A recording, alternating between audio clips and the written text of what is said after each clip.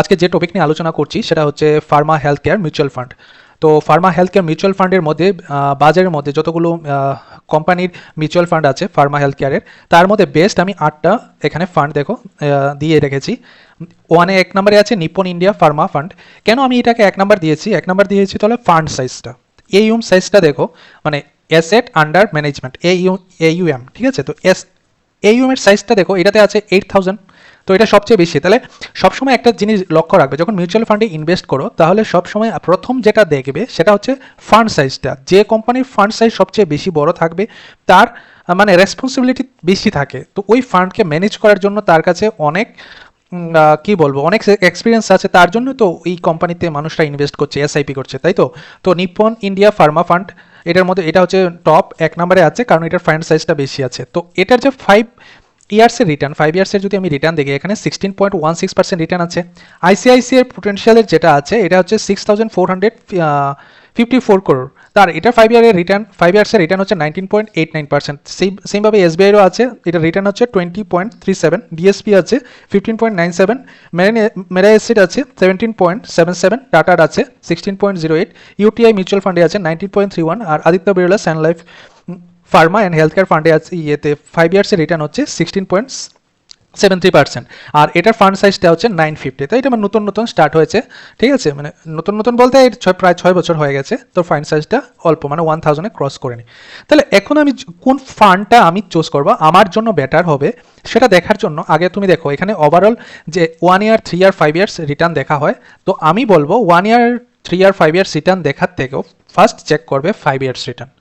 একটা ফান্ড নতুন যখন আসে তখনই ইনভেস্ট করাটা ভালো না। মোটামুটি ধরো 5 বছর এখানে মার্কেটে কাজ করেছে, তার রিটার্ন দেখে আমি সবসময় মিউচুয়াল ফান্ডের ক্ষেত্রে বিশেষ করে 5 ইয়ার্স রিটার্নটাকে প্রেফার করি, ঠিক আছে? আর এখানে যে র্যাঙ্ক আমি 1 এখানে লিখেছি, র্যাঙ্ক 1 এর এই কারণে সেটা ফান্ড সাইজটা বড় দেখে 1 লিখেছি। তার মানে এটা না এটাই বেস্ট এটা না। তো বেস্টের জন্য কিছু আর লজিক আছে, কিছু দেখতে হবে, কিছু ক্রাইটেরিয়া দেখতে হবে, সেই থেকে আমরা এখান থেকে 1 বা 2টা ফান্ড সিলেক্ট করবো। 8টা ফান্ড আমি বেস্ট 8টা ফান্ড দিয়েছি, তার থেকে 2টা ফান্ড আমি সিলেক্ট করবো, এই 2টার থেকে দেখতে পারো তোমরা, ঠিক আছে?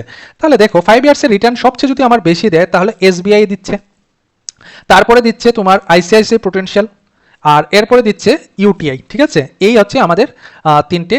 আর নিপ্পন হচ্ছে কত নম্বর? নিপ্পন অনেকটা পরে, ঠিক আছে? তো Nippon India Pharma fund size বেশি, কিন্তু 5 ইয়ার্স রিটার্নের দিক থেকে বাকি এই 3টের থেকে অনেকটা কম আছে। 5 নম্বরে আসতে 5 নম্বরেই চলে আসবে, হ্যাঁ 5 নম্বর, 3 4, হ্যাঁ 5 নাম্বারসে আছে। তাহলে এটা হচ্ছে সবচেয়ে বেশি, এটা হচ্ছে 1 নম্বরে আমি রাখছি। এখন যদি 5 ইয়ার্সের রিটার্নের জন্য যদি আমি দেখি, এটাকে 2 নম্বরে রাখছি, আর এটাকে আমি 3 নম্বরে রাখছি। তাহলে এই 3টে ফান্ড নিয়ে আমরা কাজ করি প্রথমে, ঠিক আছে? নিপ্পন ইন্ডিয়াতে রাখলাম আমরা প্রথম, বেস্ট 3টে দেখলাম, 3টে থেকে তারপরে 2টোতে যাব। তাহলে এখানে আমি যদি দেখি আইসিআইসি পোটেনশিয়ালের pharma health care and diagnostic ফান্ডে এটা হচ্ছে 5 ইয়ার্সের রিটার্ন হচ্ছে 19.89, ঠিক আছে? এসবিআই হেলথে আছে 20.37, আর ইউটিআই আছে 19.31। এখন মিউচুয়াল ফান্ডে ইনভেস্ট করতে গেলে আরও কিছু জিনিস লক্ষ্য রাখতে হয়, আরও কিছু জিনিস দেখতে হয়। ওই জিনিসগুলো একবার আমরা দেখে নিই। এখানে দেখো এখানে লেখা আছে যে এখানে ফান্ড সাইজটা দেওয়াই আছে, ঠিক আছে? ওইখানের ফান্ড সাইজ আর এখানের ফান্ড সাইজটা মিলবে না, কারণ এই ডাটাটা আমার প্রায় 1.5 মাস আগে তৈরি করেছিলাম। এই ডাটাটা এখানে ওভারঅল, আর এই ডাটাটা মানে রিসেন্ট তৈরি করেছি, তার জন্য ফান্ড সাইজ একটু সামথিং একটু ডিফারেন্স আছে, ঠিক আছে? তো আমি এখন যদি দেখি তাহলে ইয়েতে মিউচুয়াল ফান্ডের ক্ষেত্রে 2টার থেকে 3টা জিনিস ভালো করে দেখতে হয়। প্রথমে ফার্স্ট আমি যে চেক করব এইউএম সাইজটা, মানে ফান্ড সাইজটা আমরা প্রথমে চেক করব, ঠিক আছে? তারপরে 2 নাম্বার যেটা আমরা চেক করব 5 ইয়ার্স রিটার্ন কি বলছে, 5 ইয়ার্স রিটার্নস কি বলছে, ঠিক আছে? 3 নাম্বার যেটা আমরা দেখব শার্প রেশিও, এস স্যার, এই যে শার্প রেশিও জিনিসটা হচ্ছে 3 নম্বরে আমি শার্প রেশিও রাখলাম, ঠিক আছে? 3 নম্বরে আমরা শার্প রেশিও রেখেছি। অনেকে 3 নম্বরে এক্সপেন্স রেশিও রাখে, আমি 3 নম্বরে শার্প রেশিও যে কোনো প্রবলেম না। আচ্ছা ঠিক আছে, তো মানুষ যেভাবে রাখে আমি এটাকে, আচ্ছা 3 নম্বরে আমি ধরো এক্সপেন্স রেশিও দিয়ে রেখেছি, ঠিক আছে? এক্সপেন্স রেশিও ধরো, আর এটাকে আমি 4 নম্বর দিচ্ছি। তো 3 নম্বরে এক্সপেন্স রেশিও মানে হচ্ছে যে কোম্পানি তোমার কাছ থেকে কত টাকা কমিশন খাচ্ছে, ঠিক আছে? মানে 0.91% কমিশন খাচ্ছে। মানে তুমি যদি 100 টাকা এসআইপি করো, তা এখান থেকে তোমাকে 91 পয়সা সে কি হচ্ছে এই যে ফান্ডের মধ্যে তুমি রেখেছো, ফান্ড যে তারা পরিচালনা করছে তার জন্য তুমি এটা ফান্ডের জন্য টাকা দিয়েছো, তাকে পে করেছো।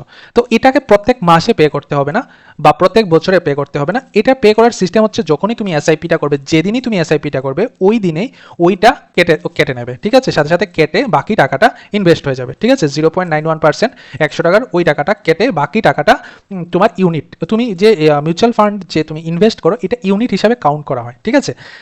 ওকে, তো প্রথমে এক্সপেন্স রেশিওতে আমি যদি দেখি, এখানে যদি এক্সপেন্স রেশিওতে দেখি, সবচেয়ে কম এক্সপেন্স রেশিও দেখো, এক্সপেন্স রেশিও আছে মেরে এসিটে এক্সপেন্স রেশিওটা সবচেয়ে কম আছে। এক্সপেন্স রেশিও যত কম থাকবে তত তোমার জন্য ভালো। আর এখানে সবচেয়ে বেশি এক্সপেন্স রেশিও হচ্ছে 1.21, এটা ইউটিআই হেলথ কেয়ার। তাহলে এইটাতে প্রথমে ইনভেস্ট করবো না, কারণ এত মানে 1% উপরে চলে যাচ্ছে, ঠিক আছে। মানে 100 টাকা যদি নিবেশ করো প্রায় 1.5 টাকার কাছাকাছি, 1.2 পয়সা মানে 1 টাকা 20 পয়সা মানে কেটে নেয় ইউটিআইতে ওই যে ফান্ডটা পরিচালনা করছে। তাহলে আমি ইউটিআইটাকে বাদ দিয়ে দিচ্ছি। তাহলে আমি এক্সপেন্স রেশিওর জন্য যদি সবচেয়ে কম এক্সপেন্স রেশিও যদি দেখি, তার মেরা অ্যাসিড আছে, তারপরে আছে ডিএসপি হেলথ কেয়ার আছে, এটা আছে, তারপরে টাটারও আছে, কম আছে, এরপরে ইয়েতে আইসিআইসি, এরপরে হচ্ছে এসবিআই, এরপর সবার লাস্টে ইউটিআই, ঠিক আছে। তো খালি এক্সপেন্স রেশিওটা দেখবো না, তার জন্য আমি এক্সপেন্স রেশিওটা 3 নম্বরে রাখি না, এক্সপেন্স রেশিওটাকে আমি 4 নম্বরে রাখি। আচ্ছা, মার্কেট যেভাবে অ্যানালাইজ করে সেইভাবেই বলছি। আচ্ছা, এটাকে তুমি 1 নম্বরে রেখেছো, এটাকে 2 নম্বরে রেখেছো, এটাকে 3 নম্বরে রেখেছো, ঠিক আছে। এখন আছো আসল যেটা মিউচুয়াল ফান্ডের মধ্যে সবচেয়ে important, sharp ratio. Sharp ratio ছাড়া মিউচুয়াল ফান্ডে কোনোদিন ইনভেস্ট করবেও না, আর করাটাও ঠিক না, কারণ এই শার্প রেশিওর উপরে ডিপেন্ড করছে তুমি এই মিউচুয়াল ফান্ডটা তোমাকে ওভারঅল কত ভালো রিটার্ন কিভাবে দেবে। দেখো, সবই হেলথ কেয়ারে নিবেশ করছে, ঠিক আছে। তো হেলথ কেয়ারে নিবেশ করছে, ধরো এসবিআই হেলথ কেয়ারের মধ্যে কি আছে, যেমন অ্যাপোলো হসপিটাল আছে, সান ফার্মা আছে। তো এই যে এসবিআই সান ফার্মার মধ্যে বেশি শেয়ার রেখেছে, আইসিআইসি ধরো ইয়েতে সিপলার মধ্যে বেশি শেয়ার কিনে রেখেছে। তো এই জিনিসগুলো শার্প রেশিওর উপর ডিপেন্ড করবে, ঠিক আছে। শার্প রেশিও মানে হচ্ছে মানে স্টক বেশি করে কেনা না, মানে সে কতটুক রিস্ক নিয়ে বেশি রিটার্ন দিচ্ছে। যেমন যত বেশি দেখো, যত বেশি শার্প রেশিও সে তত বেশি ভালো, যত বেশি শার্প রেশিও সে তত বেশি ভালো। আচ্ছা, আজকে দেখে নাও জাস্ট ইয়েতে যে আমরা শার্প রেশিওর যেখানে ডিজিট আছে, যেগুলো ডিজিট আছে সেটার মধ্যে সবচেয়ে বেশি যেটা আছে দেখে নাও। এটা নিয়ে ডেডিকেটেড একটা ভিডিও বানিয়ে নেবো আমি পরে হয়তোবা। শার্প রেশিও কী জিনিস, কীভাবে ক্যালকুলেশন করে, কীভাবে জিনিসটা মানে তৈরি হয়, সেই জিনিসগুলো সবটি একটা ওভারঅল এই জিনিসগুলো এক্সপেন্স রেশিও কীভাবে তৈরি হয়, শার্প রেশিও, এটার জন্য ডেডিকেটেড একটা ভিডিও তৈরি করবো। আজকে শুধুমাত্র আমি দেখছি যে কোন ইয়েতে ফান্ডটা আমার জন্য সুইটেবল। দেখো, শার্প রেশিও আমি বলেছি যত বেশি হাই থাকবে, যত বেশি শার্প রেশিও যত বেশি উপরে থাকবে, মানে যত বেশি পয়েন্ট থাকবে সে তত বেশি ভালো। এখানের মধ্যে সবচেয়ে বেশি এসবিআইতে আছে, শার্প রেশিও সবচেয়ে বেশি আছে, তারপরে আছে আইসিআইসিআই, আর তারপরে আছে কে আছে, তারপরে আছে ইউটিআই, ঠিক আছে। তো আমি আগেই বলেছি যে আমি ইউটিআই নেব না, কারণ ইউটিআইয়ের এক্সপেন্স রেশিও অনেক বেশি আছে, আর ইউটিআইয়ের ফান্ড সাইজটাও মোটামুটি কম আছে, ঠিক আছে। মানে ফান্ড সাইজ সবসময় মনে রাখবে যে গ্রেটার দেন 4, 5, 6 এগুলোর বেশি রাখার চেষ্টা করবে।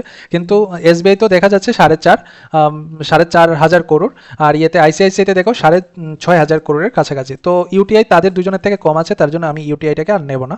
এখন আমি শুধুমাত্র চেক করব যে এসবিআই আর আইসিআইসিআইয়ের মধ্যে, দেখো এসবিআই আর আইসিআইসিআইয়ের মধ্যে শার্প রেশিও হচ্ছে এসবিআইয়ের বেশি, তাহলে এসবিআই শার্প রেশিওর মধ্যে উইনার হচ্ছে। স্ট্যান্ডার্ড ডেভিয়েশন হচ্ছে মার্কেট ভোলাটিলিটি মানে কতটুকু উপরে যাচ্ছে আবার কতটুকু নিচে নামছে, কতটুকু উপরে যাচ্ছে কতটুকু নিচে নামছে, এই হচ্ছে মার্কেট ভোলাটিলিটি, মানে এটা হচ্ছে স্ট্যান্ডার্ড ডেভিয়েশন। তো যে বেশি কম উপরে যায়, মানে একদম ডাইরেক্টলি উপরে চলে যায় না, আবার ডাইরেক্টলি নিচে নেমে যায় না, ওই ফান্ডগুলো সবচেয়ে মোটামুটি ভালো হয়। বেশি উপর নিচে করতে মানে করাটা এটা রিস্কি হয়ে যায়। তোর যত বেশি রিস্কি তত মানে প্রবলেম, তোমার পয়সাটা ডাউন হওয়ার চান্সটা কম থাকে। এটা অনেক সময় মানে কি ভাগ্য ভালো থাকলে ও ভালো রিটার্ন পাচ্ছ, আর ভাগ্য ভালো না থাকলে কম রিটার্ন পাচ্ছ, মানে ভাগ্যের উপর। তাহলে আমি স্ট্যান্ডার্ড ডেভিয়েশনটাকে আমি কি করব, যত মানে কম থাকবে তত বেশি বেটার মানা হয়, ঠিক আছে, স্ট্যান্ডার্ড ডেভিয়েশনটাকে। তাহলে আমি এখানে 4 নাম্বারটা আমি যদি দেখি, 4 নাম্বার, আচ্ছা 5 নাম্বার স্ট্যান্ডার্ড ডেভিয়েশন, ঠিক আছে, স্ট্যান্ডার্ড ডেভিয়েশন এসডি। তাহলে যেটা সবচেয়ে মানে কম থাকে সেটা সবচেয়ে ভালো। তাহলে এই যে দেখো এসবিআই আর আইসিআইসির মধ্যে এসবিআই স্ট্যান্ডার্ড ডেভিয়েশনটা কম আছে, তাহলে আমি এসবিআইটাকে প্রেফার করবো, ঠিক আছে। সবগুলোর থেকে দেখো এসবিআইটা কম আছে, শার্প রেশিও এসবিআইটা সবচেয়ে ভালো আছে, তাহলে এটা নেব। আর বিটা হচ্ছে মানে আজকে যদি মার্কেট 1% উপরে যায় তাহলে সে 1% উপরে যায় না, সে 0.8% উপরে থাকে, ঠিক আছে, মানে একটু নিচে থাকে। মার্কেট যতটুকু উপরে যাবে আজকের দিনে দাঁড়িয়ে, ধরো আজকে 1% উপরে উঠলো, সে একটু নিচে থাকে। আবার যখন মার্কেট একদম ডাউনে নেমে যাও, সেও ডাইরেক্টলি একদম ডাউনে নেমে যায় না, একটু উপরে থাকে। মানে বিটাটা হচ্ছে মানে এই যে পালস যে রেটটা, মানে ওইটার সাথে সাথে ওঠানামা করে, ঠিক আছে। তো বিটাটাও ঠিকঠাক আছে, বিটাটা মানে মার্কেটের থেকে বেশি যাতে না যায়, মানে 1-এর কম থাকাটা ভালো বলা হয়, ঠিক আছে। তো বিটাটাও এখানে ঠিকঠাকই আছে, বিটা না দেখলেও অসুবিধা কিচ্ছু নেই। শার্প রেশিও, স্ট্যান্ডার্ড ডিভিশন আর এক্সপেন্স রেশিও, এই তিনটা জিনিস দেখলেই মোটামুটি হয়ে যায়। আর 5 ইয়ার্সের রিটার্ন, ঠিক আছে। আর পোর্টফোলিও টার্নওভার হচ্ছে সে কত পার্সেন্টেজ ভাবে সে তার টাকাটাকে বা তার স্টকটাকে চেঞ্জ করছে, ঠিক আছে।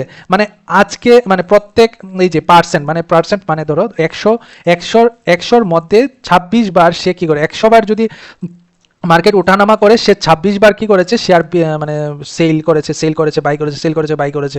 এই যে আইসিআইসি সবচেয়ে বেশি সেল বাই করেছে। তো সেল বাই যারা করে রিটার্ন মোটামুটি ভালো পাওয়া যায়, কিন্তু একটা প্রবলেম থেকে যায়, হঠাৎ করে মানে মার্কেট যদি একদম নিচের দিকে নামে না, তাহলে এই ফান্ডটা মানে একদম ডাউনে চলে যাবে, ঠিক আছে। তো সেই জন্য আমি আইসিআইসিআই এটাকেও আমি ধরছি না, কারণ টার্ন ওভারটা অনেক বেশি হাই, যত বেশি হাই থাকবে তত বেশি প্রবলেমেটিক ক্রিয়েট হবে।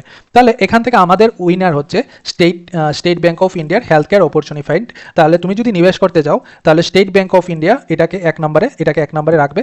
আর 2 নম্বরে তুমি রাখতে পারো আইসিআইসি থেকে 2 নম্বরে রাখতে পারো। যদি পোর্টফোলিও টার্নওভারের কথা যদি ছেড়ে দাও, যদি শার্প রেশিও, স্ট্যান্ডার্ড ডিভিশন আর এক্সপেন্স রেশিওর কথা চিন্তা করো, এই তিনটের কথা যদি চিন্তা করো, তাহলে আইসিআইসিআই প্রোটেনশিয়াল রেখে দিতে পারো, আইসিআইসিআই প্রোটেনশিয়ালটাকে 2 নম্বরে রেখে দিতে পারো।